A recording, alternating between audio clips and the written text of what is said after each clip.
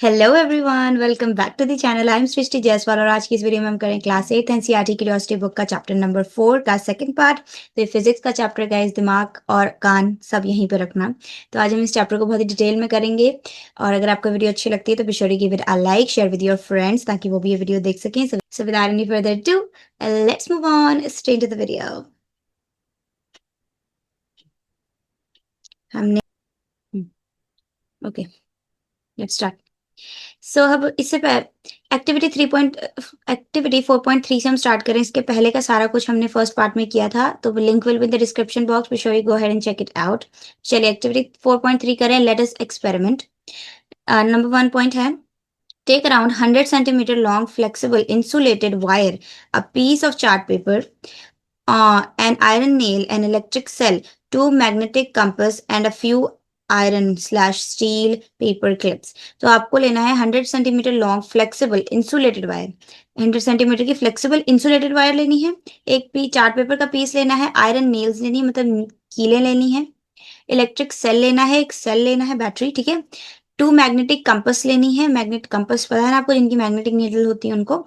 And few iron और slash steel paper clips, steel या फिर आयरन की पेपर क्लिप्स लेनी है आपने कुछ। Second point, roll a piece of chart paper to make a cylinder of diameter roughly equal to the width of a pencil secured with adhesive tape। आपने chart paper को role करना है और उसको रोल करके एक सिलेंडर की shape देनी है जो एक पेंसिल के विड्थ के इक्वल हो, मतलब एक पेंसिल के इक्वल हो, इतना पतला आपने उसको रोल कर देना है। नेक्स्ट है, tightly wind around 50 turns of insulated wire on the cylinder to form a cylindrical coil as shown in figure 4.3a। secure the wire with adhesive tape। आपने सिलेंडर जब बनाया था चार्ट पेपर से, उसको भी एडहीसिव टेप मतलब tape से चिपका देना है। अब आपने जो इंसुलेटेड वायर ली थी उसको चार्ट पेपर पे, आप यहाँ देखो इधर डायग्राम पे, इस चार्ट पेपर पे 50 टर्न्स हमने कॉइल की तरह इंसुलेटेड वायर को रैप कर दिया है और उसको भी सिक्योर कर दिया है एडहीसिव टेप मतलब टेप से, ठीक है। एडहीसिव मतलब चिपकने वाली टेप, ठीक है। Place the compass near the two ends of cylindrical coil. जो अपने कंपस है उसको सिलेंड्रिकल कॉइल के एंड्स के पास रख देना है। देखो दो कंपस हमने ली थी, दोनों को हमने एंड के पास रख दिया। Next, connect the two ends of the coil with the terminal of the cell shown in figure 4.3c and observe the magnetic compass। Do you find any deflection in the needle of the compass। तो यह यहाँ पे ये कह रहे हैं कि आपने जो टर्मिनल एंड था, मतलब ये जो एंड थे टर्मिनल एंड्स दोनों वायर के, आपने इसको आपने बैटरी से कनेक्ट कर देना ऐसे, जैसा आपको दिखाया गया फिगर 4.3c में।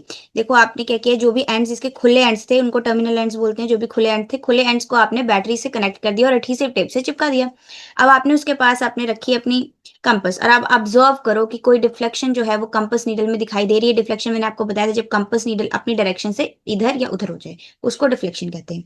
तो डिफ्लेक्शन दिखेगी या नहीं दिखेगी आप मुझे बताओ। मैंने पिछले वीडियो में आपको बहुत अच्छे से समझाया था कि जब एक सर्किट के अंदर करंट फ्लो करता है तो इलेक्ट्रिक फील्ड के साथ साथ मैग्नेटिक फील्ड भी प्रोड्यूस होती है। ये साथ ही में प्रोड्यूस होते हैं दोनों। तो हमने कंपास रख दिया साथ में, कंपास रख दिया तो कंपास की जो नीडल है वो मैग्नेटिक है। अगर मैग्नेटिक फील्ड प्रोड्यूस हो रही है तो ये जो हमारा ये सर्किट है एक समय के लिए ये एक टेम्परेरी मैग्नेट बन चुका है। टेम्परेरी हम इसलिए कह रहे हैं क्योंकि जब तक करंट फ्लो हो रहा है सर्किट के अंदर तब तक के लिए ही मैग्नेटिक फील्ड प्रोड्यूस होगी और जैसे ही करंट फ्लो होना बंद होगा वैसे ही मैग्नेटिक फील्ड भी प्रोड्यूस होना बंद हो जाएगी। तो अब हमें पूछ रहे हैं कि क्या डिफ्लेक्शन दिखाई देगी। हाँ डिफ्लेक्शन दिखाई देगी क्योंकि सर्किट ऑब्वियसली कंप्लीट है। हमने बैटरी कनेक्ट कर दी, सर्किट कंप्लीट है। सर्किट में से करंट फ्लो होगा और करंट फ्लो होगा तो मैग्नेटिक फील्ड भी प्रोड्यूस होगी जिसकी वजह से हमारी दोनों कंपास नीडल डिफ्लेक्शन शो करेगी। तो आप समझ गए, होपफुली आप समझ गए हो। मैंने बहुत बार आपको ये समझा दिया है, अब मेरे को होप है कि आप सबको अच्छे से समझ आ गया होगा what is electric and magnetic effect, ठीक है। कैसे मैग्नेटिक फील्ड प्रोड्यूस हो रही है और कब तक के लिए प्रोड्यूस हो रही है और क्यों करंट बंद होने के बाद डिफ्लेक्शन बंद हो जाती है। आई होप कि आपको सब कुछ समझ आ गया होगा। नेक्स्ट है, disconnect the wire from the cell. Do the needle of the compass come back to its original position. कह रहे हैं आप डिस्कनेक्ट कर दो, एक टर्मिनल ही आप लो, एक टर्मिनल को आपने कनेक्ट डिस्कनेक्ट कर दिया तो क्या हुआ, सर्किट ब्रेक हो गया। सर्किट ब्रेक होने की वजह से इस सर्किट के अंदर करंट फ्लो होना बंद हो गया। तो क्या जो मैग्नेटिक कंपास नीडल है जो डिफ्लेक्ट हुई थी तब जब मैग्नेटिक फील्ड प्रोड्यूस हुई थी करंट फ्लो होने की वजह से, क्या वो मैग्नेटिक कंपास नीडल अपनी जगह पे वापस आएगी या नहीं। ऑब्वियसली, क्योंकि मैग्नेटिक फील्ड जो थी वो प्रोड्यूस होना बंद होगी। जैसे ही मैग्नेटिक फील्ड प्रोड्यूस होना बंद हुई मैग्नेटिक इफेक्ट खत्म हो गया जिस वजह से कंपास नीडल की जो भी डिफ्लेक्शन वाली पोजीशन थी वो उस पोजीशन से अपनी ओरिजिनल पोजीशन पे वापस आ जाएगी, ठीक है। नेक्स्ट पॉइंट है, insert an iron nail in paper cylinder. जो हमने पेपर सिलेंडर बनाया था, ये ऑरेंज कलर का जो है ये पेपर सिलेंडर है, जो हमने पेपर को रैप किया था एक पेंसिल की डायमीटर और विड्थ के हिसाब से। उसके अंदर हमने क्या इंसर्ट किया, एक आयरन नेल मतलब एक लोहे की कील इंसर्ट कर दी। एंड रिपीट द स्टेप, फिर यही स्टेप रिपीट करो। मतलब जैसे पहले सेल को कनेक्ट करो, सर्किट पूरा कंप्लीट करो, और क्या बोलते हैं, एक बार दूसरी बार में आप क्या करो कि एक टर्मिनल या फिर दोनों टर्मिनल को फ्री कर दो ताकि सर्किट ब्रेक हो जाए। ठीक है। Is there any difference in the deflection of compass needle, क्या कंपास नीडल की डिफ्लेक्शन में कोई चेंज आया है? तो आएगा। अभी आपको बता दूं, थोड़ा आपकी फिजिक्स में ज्यादा डीप हो जाएगा, बट फिर भी अभी आप समझ लो, आयरन से डिफ्लेक्शन बहुत ज्यादा हो जाएगी मैग्नेटिक कंपास नीडल में, क्योंकि iron is a ferromagnetic material, ये बहुत ही तगड़ा मैग्नेटिक मटेरियल है। आप अभी इतना समझो कि फेरोमैग्नेट वो होते हैं जो मटेरियल बहुत ही तगड़े मैग्नेट्स होते हैं। जैसे ही हमने इस कॉइल के अंदर एक फेरोमैग्नेटिक मटेरियल जैसे आयरन को इंसर्ट किया, डिफ्लेक्शन बहुत ज्यादा हो जाएगी, क्योंकि iron is a strong magnet. तो जैसे ही सर्किट में करंट फ्लो होगा, जो फेरोमैग्नेटिक मटेरियल मतलब हमारी जो कील है, इससे इस वजह से डिफ्लेक्शन बहुत ज्यादा हो जाएगी। रीजन बीइंग कि आयरन एक बहुत ही स्ट्रॉन्ग मैग्नेट है, वो एक फेरोमैग्नेटिक मटेरियल है, जिस वजह से डिफ्लेक्शन कंपास नीडल की बहुत ज्यादा होगी। ठीक है, तेज भी होगी और ज्यादा भी होगी। समझ गए हो आप? आयरन एक फेरोमैग्नेटिक है, मतलब इससे मैग्नेटिक प्रॉपर्टीज इसकी ज्यादा है नॉर्मल मैग्नेटिक मटेरियल को अगर कंपेयर करें जो फेरोमैग्नेटिक नहीं है उससे। अगर हम फेरोमैग्नेटिक मटेरियल को देखें तो फेरोमैग्नेटिक बहुत स्ट्रांग मैग्नेट होता है। समझ सकते हो आप?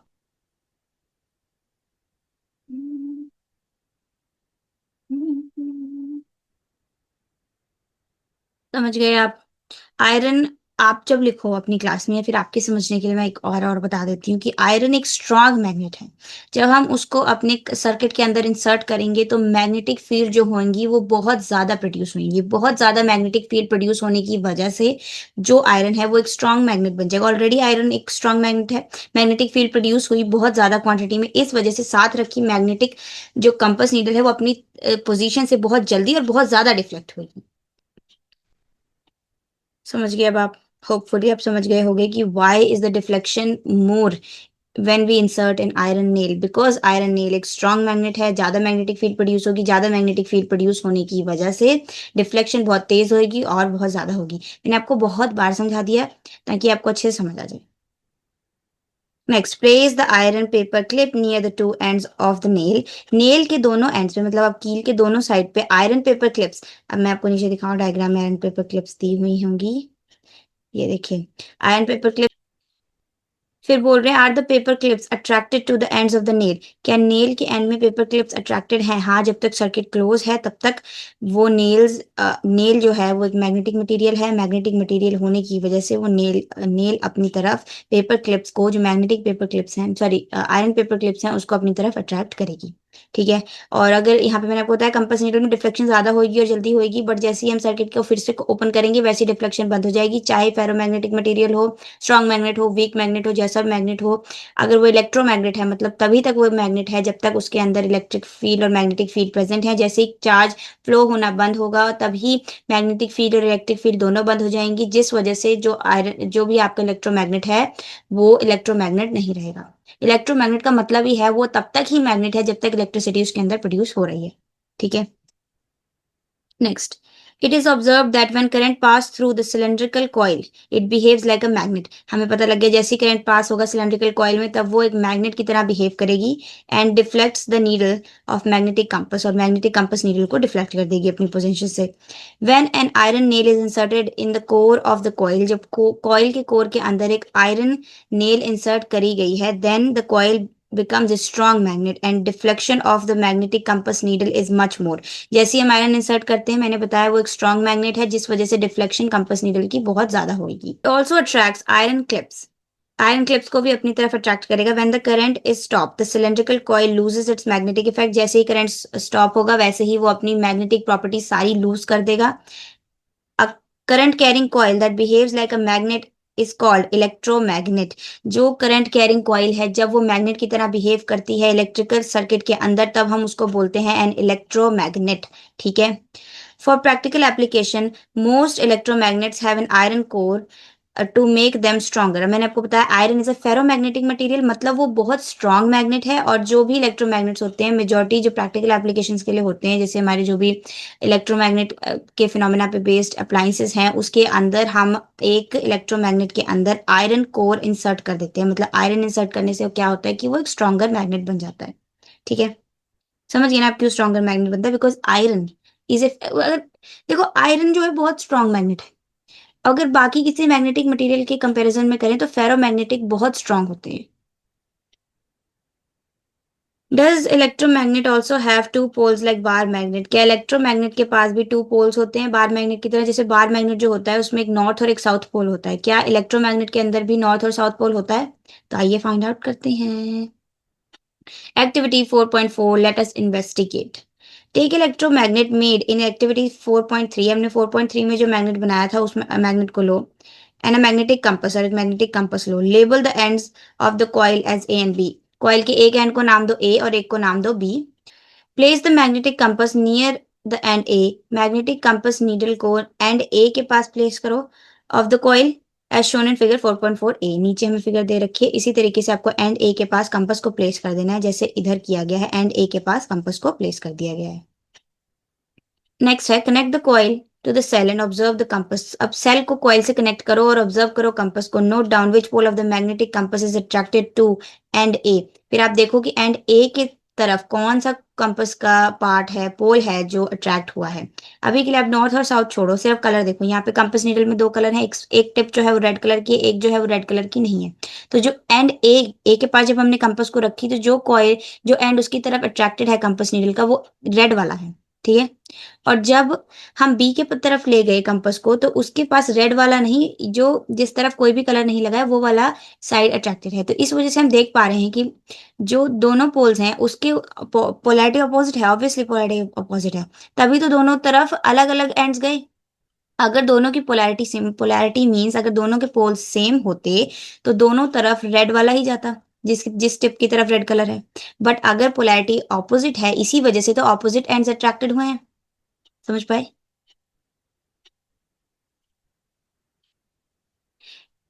As we have learned earlier, when two magnets are brought close to each other, their unlike pole north south attract each other. So, if north pole of the magnetic compass is attracted towards and A of the electromagnet, then and A is a south pole.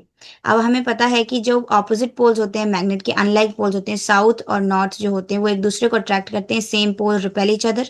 ठीक है, तो अगर north pole जो है compass needle का वो हमारे electromagnet के ए पॉइंट से अट्रैक्टेड है, तो इसका मतलब ए जो है वो साउथ है। ऑब्वियसली अगर नॉर्थ पोल अट्रैक्ट हो रहा है तो इसका मतलब जो सामने वाला पोल है वो साउथ है।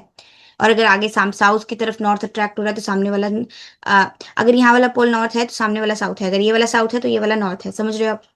तो अगर हमारी मैग्नेटिक कंपास नीडल का नॉर्थ पोल अट्रैक्ट हुआ है कंपास हमारे की नेल के पास, तो इसका मतलब जो नेल का पार्ट है वो साउथ पोल है। समझ पाए? बहुत इजी था ये तो। Repeat this procedure to find the polarity of end B. ठीक है, बी एंड की भी पोलैरिटी फाइंड करो। पोलैरिटी बी एंड की दूसरी होगी, क्योंकि ए एंड अगर साउथ पोल है तो बी एंड जो है वो नॉर्थ पोल होगा। तो हमने क्या देखा कि बार मैग्नेट की तरह इलेक्ट्रोमैग्नेट के भी दो पोल्स होते हैं, एक नॉर्थ एक साउथ, और opposite pole attract each other and same pole repel each other. तो अगर एक बार और मैं आपको बता रही हूँ, अगर कंपास नीडल का नॉर्थ पोल एक साइड को अट्रैक्ट हुआ है हमारी नीडल के, तो ऑब्वियसली नीडल का जो एंड होगा वो वाला साउथ होगा, क्योंकि नॉर्थ पोल को अट्रैक्ट कर रहा है। और अगर हमारे कंपास नीडल का साउथ पोल अट्रैक्ट हो रहा है तो ऑब्वियसली ये वाला नॉर्थ होगा। समझे? Did you find that the polarity of end B is opposite to the polarity of end A? और हमने देखा कि जो एंड बी की पोलैरिटी थी वो एंड ए के ऑपोजिट थी। We learn in grade 6 that magnet have two poles. हमने देखा था ग्रेड 6 में कि मैग्नेट के दो पोल्स होते हैं। Just like a magnet and electromagnet also have two poles, north and south. जैसे ही मैग्नेट के दो पोल्स होते हैं वैसे ही इलेक्ट्रोमैग्नेट के भी दो पोल्स होते हैं, नॉर्थ और south. Think like a scientist. Repeat the activity 4.3। Number one part में आप करोगे 2 and 4 cell with the same coil. उस सेल के साथ आप दो या चार सेल मतलब दो और चार सेल से उसको कनेक्ट करोगे। पहले दो से करो फिर चार से कनेक्ट करोगे। सेकंड में आप करोगे 2 cell but different number of turns. 2 cell लोगे आप और कभी टर्न्स को कम कर दोगे कॉइल में और कभी टर्न्स को ज्यादा कर दोगे। ये आपने पहले पार्ट में क्या किया, पहले पार्ट में आपने 2 सेल ली, पहले हमने जो हम एक्टिविटी करी थी उसके अंदर हमने 1 सेल लिया था। इस वाले जब हम एक्टिविटी कर रहे हैं तो इसके अंदर पहले पार्ट में आप 2 सेल लगाओ, फिर दूसरे में 2 4 सेल लगाओ। इसके सेकंड पार्ट में आप क्या करोगे, 2 सेल लोगे पर टर्न्स को अलग-अलग करते रहो। कभी आपने जैसे हमने पहले हमारी ओरिजिनल एक्टिविटी में हमने 50 टर्न्स ली थी, पर आप क्या करो, एक बार 25 ले लो, एक बार 100 टर्न्स ले लो। व्हाट डू यू ऑब्जर्व, क्या आपने ऑब्जर्व किया, जब हमने ज्यादा सेल लगाए, ज्यादा सेल लगाने की वजह से क्या हुआ, इलेक्ट्रिक और मैग्नेटिक फील्ड बहुत स्ट्रांग प्रोड्यूस हुई। ज्यादा सेल लगाने की वजह से ज्यादा इलेक्ट्रिक फील्ड प्रोड्यूस होगी और ज्यादा मैग्नेटिक फील्ड प्रोड्यूस होगी। जैसे मैंने आपको बताया था, आयरन इंसर्ट करने की वजह से ज्यादा मैग्नेटिक फील्ड प्रोड्यूस हुई थी, क्योंकि वो एक स्ट्रांग मैग्नेटिक मटेरियल था। बट जब हम स्ट्रांग इलेक्ट्रिसिटी प्रोवाइड करेंगे, सेम ही चीज तो हो रही है, क्योंकि स्ट्रांग मैग्नेट दोगे तो स्ट्रांग मैग्नेटिक और इलेक्ट्रिक फील्ड प्रोड्यूस होगी। और अगर स्ट्रांग इलेक्ट्रिक फील्ड प्रोड्यूस करवानी है तो हमें बहुत ज़्यादा इलेक्ट्रिसिटी प्रोवाइड करनी पड़ेगी। इलेक्ट्रिसिटी प्रोवाइड करने के लिए हमने नंबर ऑफ सेल्स इंक्रीज कर दी। जैसी नंबर ऑफ सेल्स इंक्रीज करे वैसे ही हमारी इलेक्ट्रिक फील्ड ज़्यादा प्रोड्यूस होगी, और जितनी इलेक्ट्रिक फील्ड प्रोड्यूस होगी उतनी ही मैग्नेटिक फील्ड प्रोड्यूस होगी। तो क्या होगा, कंपास नीडल में डिफ्लेक्शन ज़्यादा होगी। जब हम 2 और 4 सेल यूज़ करेंगे, 2 करेंगे थोड़ी सी कम होगी, 4 करेंगे तो बहुत ज़्यादा होगी। और जब हम 2 सेल्स यूज़ करेंगे, नंबर ऑफ टर्न से भी फर्क पड़ेगा। जैसे ही नंबर ऑफ टर्न्स कम होंगी, इलेक्ट्रिक फील्ड और मैग्नेटिक फील्ड कम हो जाएगी। जैसी नंबर ऑफ टर्न ज्यादा करोगे वैसी इलेक्ट्रिक फील्ड और मैग्नेटिक फील्ड ज्यादा प्रोड्यूस होगी। समझे। वैसे इस पे एक फॉर्मूला भी होता है, पर अभी आप बहुत छोटे हो, वरना मैं आपको फॉर्मूले से समझा देती।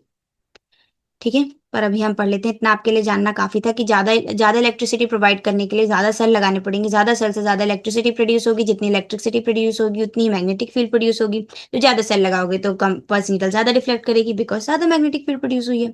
बट अगर हम सेल के टर्न्स कम कर दें, सॉरी कॉइल के टर्न्स कम कर दें, तो इलेक्ट्रिक फील्ड जो है वो डिक्रीज होगी, जिस वजह से मैग्नेटिक फील्ड भी डिक्रीज होगी। नंबर ऑफ टर्न ज्यादा कर दें तो इलेक्ट्रिक फील्ड ज्यादा प्रोड्यूस होगी, मैग्नेटिक फील्ड भी ज्यादा प्रोड्यूस होगी। A single cell provides only a small amount of current. Single cell से एक small amount of current he produce होगा. So magnetic field is weak. Magnetic field weak होगी. As result, the deflection of the compass needle is less and the coil only attracts few paper clips. जैसे इस वजह से क्या होगा, deflection कम होगी और जो हमारा आयरन है वो बहुत कम क्लिप्स को ही उठा पाएगा। अब battery with more cells give large current. जब ज्यादा सेल लगाएंगे तो लार्ज करंट मिलेगा as compare to that with a single cell. अगर हम सिंगल सेल लगाएंगे तो उसके कंपैरिजन में ज्यादा बैटरी वाले सेल की से ज्यादा करंट प्रोड्यूस होगा। मैंने आपको बता दिया, ठीक है। This creates a strong magnetic field, जिससे ज्यादा मैग्नेटिक फील्ड प्रोड्यूस होगी, क्योंकि ज्यादा इलेक्ट्रिक फील्ड प्रोड्यूस हो रही है। जैसे ही हमने करंट बढ़ाया, इलेक्ट्रिक फील्ड ज्यादा प्रोड्यूस हुई। ज्यादा इलेक्ट्रिक फील्ड प्रोड्यूस होने की वजह से ज्यादा मैग्नेटिक फील्ड प्रोड्यूस हुई। जैसे ही मैग्नेटिक फील्ड ज्यादा प्रोड्यूस हुई, मतलब मैग्नेटिक रीजन ज्यादा है। ज्यादा मैग्नेटिक रीजन है, उसके पास मैग्नेटिक मटेरियल ले जाओगे तो डिफ्लेक्शन ज्यादा होगी। डिफ्लेक्शन ज्यादा होगी तो आयरन पेपर क्लिप्स भी ज्यादा उठाई जाएंगी, क्योंकि वो मैग्नेट ज्यादा तगड़ा बना है। समझ पा रहे हो आप। So the deflection of the compass needle is more and the coil can attract more paper clips. जैसे ही ज्यादा बैटरी लगाई, जो हमारी कॉइल है उसकी डिफ्लेक्ट सॉरी जो हमारा कंपास नीडल है उसकी डिफ्लेक्शन ज्यादा होगी और कॉइल ज्यादा पेपर क्लिप्स को अट्रैक्ट कर पाएगा। The increase in number of turns of a coil also makes the coil A stronger magnet. जैसे ही नंबर ऑफ टर्न्स हम इंक्रीज करते हैं वैसे ही वो स्ट्रॉन्गर मैग्नेट बनता है, क्योंकि टर्न्स से इलेक्ट्रिसिटी ज्यादा प्रोड्यूस होगी, इलेक्ट्रिसिटी ज्यादा मैग्नेटिक फील्ड ज्यादा। और जैसे ही नंबर ऑफ टर्न्स कम करी जाएंगी, नंबर ऑफ टर्न्स कम करने की वजह से इलेक्ट्रिक फील्ड कम होगी, इलेक्ट्रिक फील्ड कम होगी तो मैग्नेटिक फील्ड भी कम होगी। Hold on. हम्म एक बार मैं आपको लिख के समझा दूं, ताकि आपको ज्यादा अच्छे से समझ आ जाए। मैंने को कहीं कसर नहीं छोड़नी है कि आपको समझना है, because science should be your favourite subject. Science को समझने के लिए नहीं पढ़ते हैं, साइंस को फन के लिए पढ़ते हैं। ठीक है। सेल, अगर जैसी नंबर ऑफ सेल इंक्रीज होगा, इंक्रीज के लिए हम एरो ऊपर को बनाते हैं। ठीक है। जैसी नंबर ऑफ सेल इंक्रीज होगा, इलेक्ट्रिक फील्ड इंक्रीज होगी। इलेक्ट्रिक फील्ड को फिजिक्स में ई से डिनोट करते हैं। मेरे पास अभी माउस नहीं है तो ऐसी राइटिंग से काम चलाओ। इलेक्ट्रिक फील्ड जैसे ही इंक्रीज होएगी, ठीक है, मैंने बता दिया आपको, इंक्रीज के लिए एरो का साइन ऊपर को बनाते हैं। और जैसे ही इलेक्ट्रिक फील्ड इंक्रीज होगी, मैग्नेटिक फील्ड जो है वो भी इंक्रीज होगी। मैग्नेटिक फील्ड को फिजिक्स में हम बी से डिनोट करते हैं। ठीक है। तो आप समझे, जैसी नंबर ऑफ सेल इंक्रीज हुए वैसे ही इलेक्ट्रिक फील्ड इंक्रीज हुई। इलेक्ट्रिक फील्ड के इंक्रीज होने से मैग्नेटिक फील्ड भी इंक्रीज हुई। अब दूसरे सिनेरियो में जैसे ही magnetic field, hold on, erase करेंगे हम ये। जैसे ही नंबर ऑफ सेल अब डिक्रीज करेंगे, डिक्रीज के लिए एरो का साइन नीचे को बनाते हैं। जैसे ही सेल डिक्रीज हुए, इलेक्ट्रिक फील्ड भी डिक्रीज हुई। इलेक्ट्रिक फील्ड के डिक्रीज होने से मैग्नेटिक फील्ड भी डिक्रीज हुई। यहाँ आप समझ गए ना, सारा लिख के समझा दिया मैंने आपको, ताकि आपको विजुअल रिप्रेजेंटेशन तो याद रहे। देखेंगे नंबर ऑफ टर्न्स में पूरा नहीं लिखूंगी, सिर्फ टी को देख लेते हैं। नंबर ऑफ टर्न्स मान लो टी, अगर जैसे नंबर ऑफ टर्न्स इंक्रीज करेगा इलेक्ट्रिक फील्ड भी इंक्रीज करेगी। ठीक है, इलेक्ट्रिक फील्ड इंक्रीज करेगी तो ऑब्वियस सी बात है मैग्नेटिक फील्ड भी इंक्रीज करेगी। सेम गोज, अगर ये डिक्रीज करेगी नंबर ऑफ टर्न्स तो इलेक्ट्रिक फील्ड डिक्रीज करेगी, और इलेक्ट्रिक फील्ड के साथ साथ मैग्नेटिक फील्ड भी डिक्रीज करेगी। ठीक है, लिख के भी समझा दिया, बोल के भी बहुत बार समझा दिया, तो अब आपको क्रिस्टल क्लियर होना चाहिए सब। चलो आगे बढ़े, रेस करो रेस करो रेस करो। चलो आगे लिखा है, also repeat activity 4.4 by changing the direction of current. 4.4 activity को रिपीट करो करंट की डायरेक्शन को चेंज करके। So the strength of electromagnet can be changed by changing the amount of electric current flowing through the coil और the number of turns और both. हम एक strength of electromagnet को change कर सकते हैं, या फिर सॉरी हम एक इलेक्ट्रोमैग्नेट की स्ट्रेंथ को चेंज कर सकते हैं, अमाउंट ऑफ करंट उससे कितना फ्लो हो रहा है, या फिर हमारी जो कॉइल में टर्न्स हैं वो कितनी है, या इनमें से एक कोई करके या फिर दोनों करके हम इलेक्ट्रोमैग्नेट की स्ट्रेंथ को चेंज कर सकते हैं। अगर करंट ज्यादा फ्लो होगा हमारा इलेक्ट्रोमैग्नेट स्ट्रांग होगा, नंबर ऑफ टर्न्स ज्यादा होंगे इलेक्ट्रोमैग्नेट स्ट्रांग होगा। अगर हमारा करंट वीक होगा और नंबर ऑफ टर्न्स वीक होंगी तो इलेक्ट्रोमैग्नेट वीक होगा। इनमें से कोई एक या फिर दोनों करके आप इलेक्ट्रोमैग्नेट्स की स्ट्रेंथ को चेंज कर सकते हो। Also its poles can be reverse by changing the direction of current. जैसे ही हम करंट की डायरेक्शन को चेंज करते हैं, जो आपको इन्होंने कहा था एक्टिविटी 4.4 में करने के लिए, जैसे ही करंट की डायरेक्शन को चेंज करोगे वैसे ही पोल्स जो है वो रिवर्स हो जाएंगे। A step further, do you remember learning in the chapter exploring magnet in curiosity grade 6? आपने grade 6 curiosity में पढ़ा था that freely suspended magnet rest along north and south direction because of the earth itself behaves like a giant magnet. हमने देखा था कि एक freely suspended magnet को अगर हम रेस्ट पे छोड़ दें तो वो नॉर्थ और साउथ डायरेक्शन में रेस्ट करेगा, because earth is also a big giant magnet. Freely suspended का मतलब ये होता है कि जैसे हमने एक जगह फिक्स कर दी, जैसे ये जगह फिक्स कर दी हमने एक, मेरे पास माउस होता ना तो आज बहुत अच्छे डायग्राम बनते, but I don't have a mouse. तो जैसे हमने फ्रीली सस्पेंड मतलब एक हमने, आप मान लो तार से हमने एक मैग्नेट को कनेक्ट किया, दिस इज ए मैग्नेट। ठीक है, और हमने इसको ऐसे छोड़ दिया, ये फिक्स्ड पोजीशन है, एक फिक्स्ड पोजीशन से हमने मैग्नेट को कनेक्ट किया और उसको वैसे ही छोड़ दिया। ये क्या हो गया मैग्नेट को, तो वो अपनी नॉर्थ और साउथ डायरेक्शन में आके रेस्ट करेगा, because earth itself is also a giant magnet.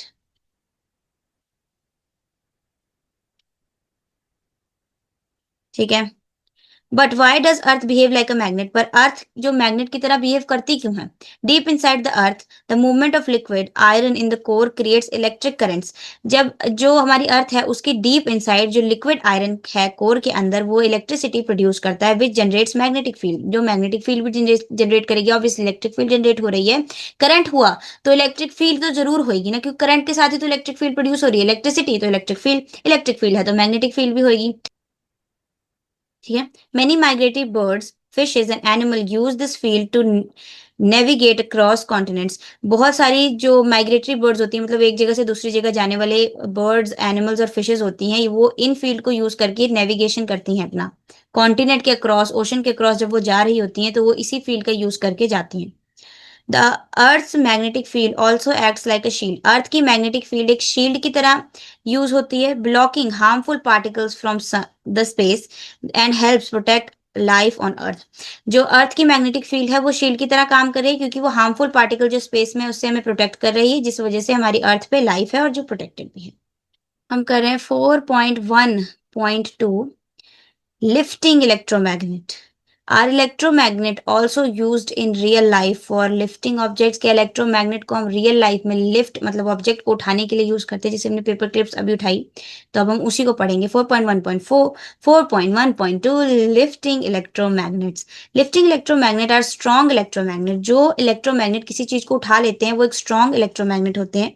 They may be hung on a crane, वो एक क्रेन पे, मतलब क्रेन जानते हो ना, बड़े वाली क्रेन जो होती है उस पे वो टंगे हो सकते हैं। The crane operators can control the magnet by switching the current on and off. वो जो क्रेन है वो ऑपरेट कर सकती है मैग्नेट को by switching the current on and off. When the current is turned on the electromagnet lifts iron steel object. जब current चल रहा है तो आयरन स्टील ऑब्जेक्ट को उठाएगी। When the current is switched off magnetic field disappears. जब current बंद होगा तो मैग्नेटिक फील्ड डिसअपीयर हो जाएगी and the objects are released. तभी ऑब्जेक्ट को रिलीज कर दिया जाएगा मैग्नेट के द्वारा। Lifting electromagnets are widely used in factories and scrap yards. हम स्क्रैप यार्ड में और फैक्ट्रीज में हम लिफ्टिंग इलेक्ट्रोमैग्नेट का बहुत यूज करते हैं to move lift and sort heavy metal item efficiently. अगर हमने हैवी मेटल आइटम्स को उठाना है, उठा के कहीं रखना है, संभाल के रखना है, इधर से उधर हिलाना है, तो हम उसके लिए लिफ्टिंग इलेक्ट्रोमैग्नेट का यूज बहुत करते हैं फैक्ट्रीज और स्क्रैप यार्ड्स में। ठीक है। A step further, we have learned that when electric current flows through a conductor, जब इलेक्ट्रिक करंट एक कंडक्टर से फ्लो होता है जैसे एक wire, it produces magnetic field around it, वो मैग्नेटिक फील्ड अपने आसपास प्रोड्यूस करता है। In higher grades you will learn even more about this wonderful link between electric and magnetism.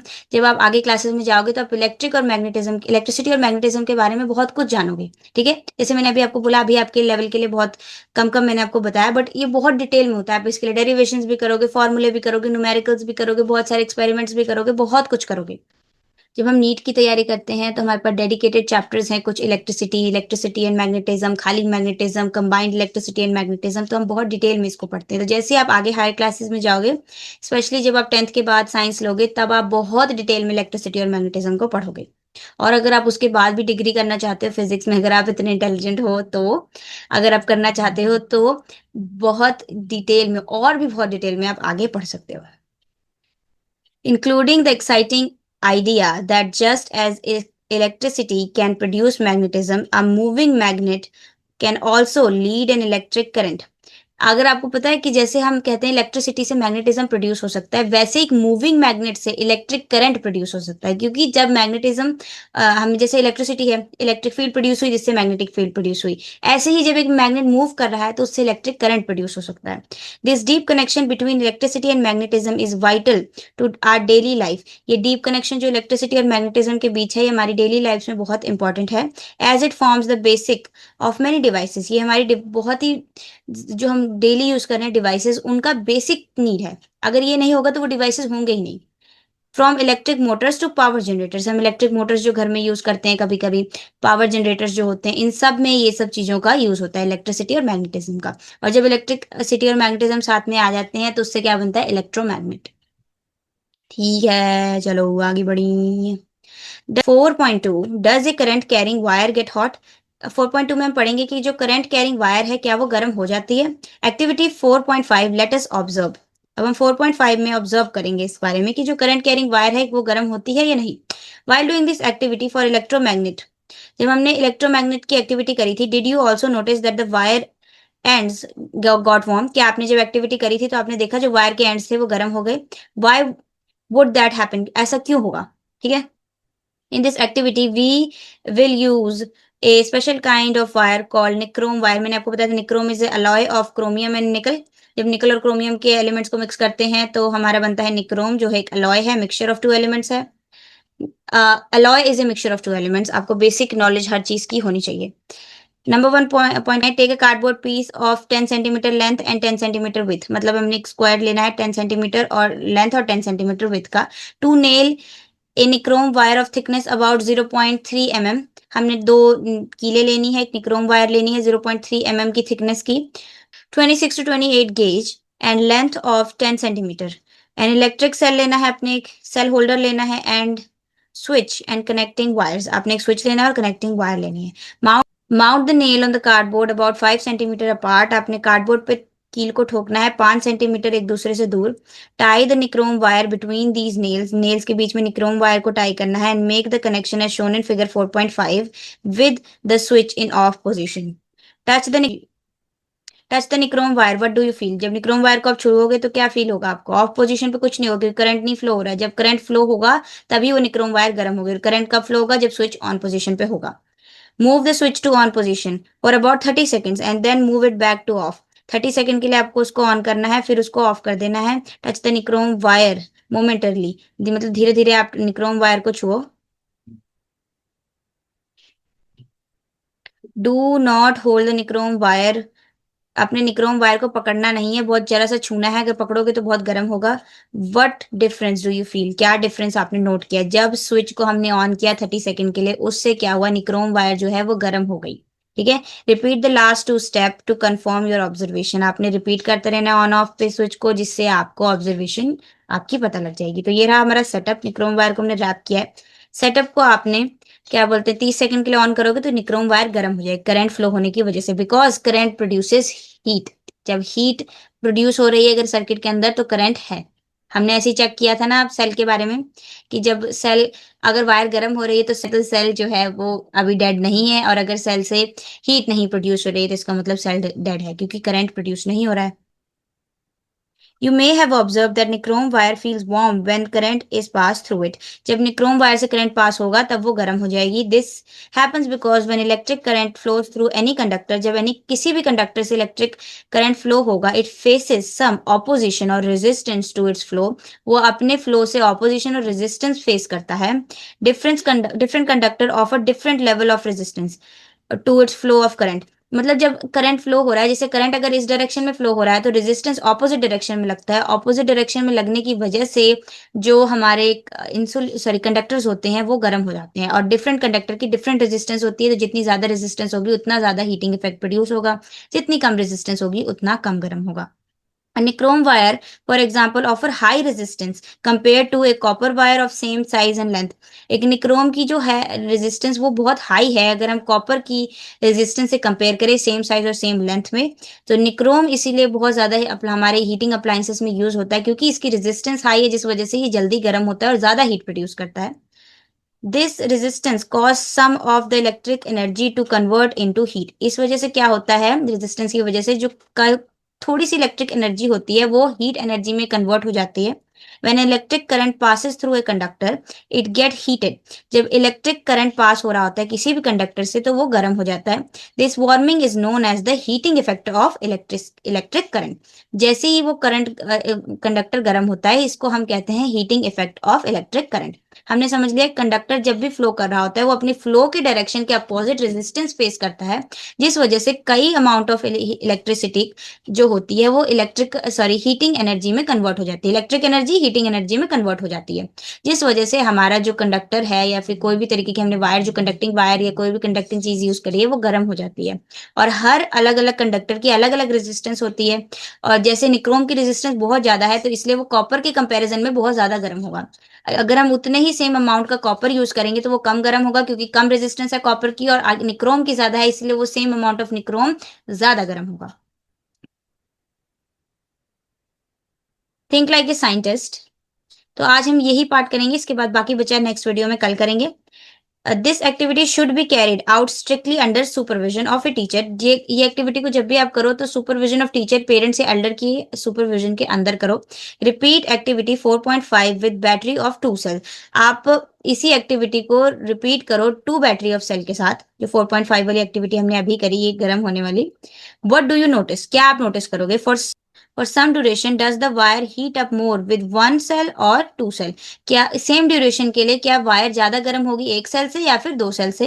The amount of heat generated is more with the experiment with 2 cells. अभी same बात होगी, जितनी ज्यादा current flow होगा उतनी ज्यादा resistance वो अपने मोशन पे फील करेगा. जितनी रेजिस्टेंस होगी उतना ही इलेक्ट्रिक एनर्जी हीटिंग एनर्जी में कन्वर्ट होगी, और जिस वजह से हमारी वायर जो है गर्म होगी. जितनी ज्यादा इलेक्ट्रिक करंट होगा उतना ही वो अपोजिशन फेस करेगा, और ज्यादा सेल लगाएंगे तो ज्यादा इलेक्ट्रिक करंट होगा. सिंपल सी बात है. This is due to the fact that heat generated depends on the magnitude of electric current. मतलब जितना इलेक्ट्रिक करंट होगा उतनी ही हीट जनरेट होगी. The heat generated in the wire depends on the material thickness and the length of wire and the duration of which the current flows. जितनी heat हमारी generate हो रही है डिपेंड करता है कौन सा मटेरियल यूज कर रहे हो, उसकी रेजिस्टेंस कितनी है, वो कितना थिक है, उसकी क्या लेंथ है. इस सब पे वो हमारा जितनी हीट जनरेट हो रही है वो डिपेंड करती है, और कितनी ड्यूरेशन के लिए करंट फ्लो हो रहा है उस पर भी डिपेंड करती है. मतलब टाइम पे डिपेंड करती है, मटेरियल पे डिपेंड करती है, थिकनेस पे डिपेंड करती है, और हमारी लेंथ पे डिपेंड करती है. समझ गए? जितना इलेक्ट्रिक करंट फ्लो होगा उतनी ही इलेक्ट्रिकल एनर्जी हीटिंग एनर्जी में कन्वर्ट होगी, बिकॉज रेजिस्टेंस बढ़ जाएगी. तो आप समझ गए, आज मैंने आपको बहुत डिटेल में बहुत सारे डीप कॉन्सेप्ट समझाए हैं. तो ये वीडियो को अगर आप चाहो तो दोबारा देख लो, मेरे को नहीं लगता जरूरत पड़ी क्योंकि मैंने हर कॉन्सेप्ट को आपको 3 से 4 बार रिपीट कर दिया है, ताकि आपकी एक बार वीडियो देखने में ही सब कुछ क्रिस्टल क्लियर हो जाए. फिर भी अगर आपको कोई डाउट है तो बेशक आप कमेंट सेक्शन में मेरे से पूछ लेना. तो आज की इस वीडियो के लिए इतना ही. Hope you enjoyed it. अगर अच्छी लगी तो be sure to give it a like, subscribe, और I am Srishti signing off. See you next time. Bye bye.